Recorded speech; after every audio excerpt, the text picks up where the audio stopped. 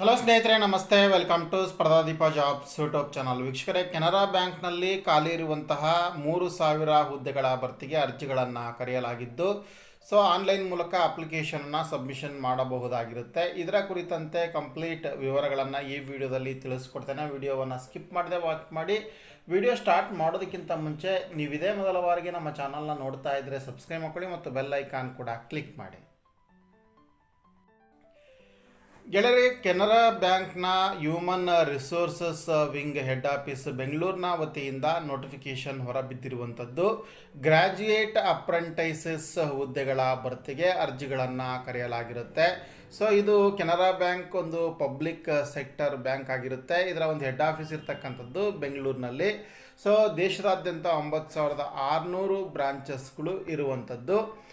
ಇಲ್ಲಿ ಒಟ್ಟು 3,000 ಟ್ರೈನಿಂಗ್ ಹುದ್ದೆಗಳು ಅಂದರೆ ಶಿಶಿಕ್ಷು ಹುದ್ದೆಗಳ ಭರ್ತಿಗೆ ಅರ್ಜಿಗಳನ್ನು ಆಹ್ವಾನಿಸಲಾಗಿರುವಂಥದ್ದು.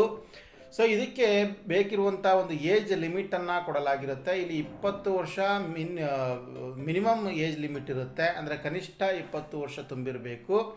ಹಾಗೆ ದಿನಾಂಕ 1/9/2024 ಗರಿಷ್ಠ 28 ವರ್ಷ ವಯೋಮಿತಿಯನ್ನು ಮೀರುವಂತಿಲ್ಲ ಅನ್ನುವಂಥದ್ದಿದೆ.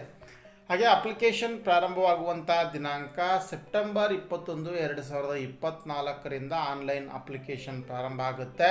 ಹಾಗೆ ಕೊನೆಯ ದಿನಾಂಕ ಬಂದುಬಿಟ್ಟು ಅಕ್ಟೋಬರ್ 4, 2024.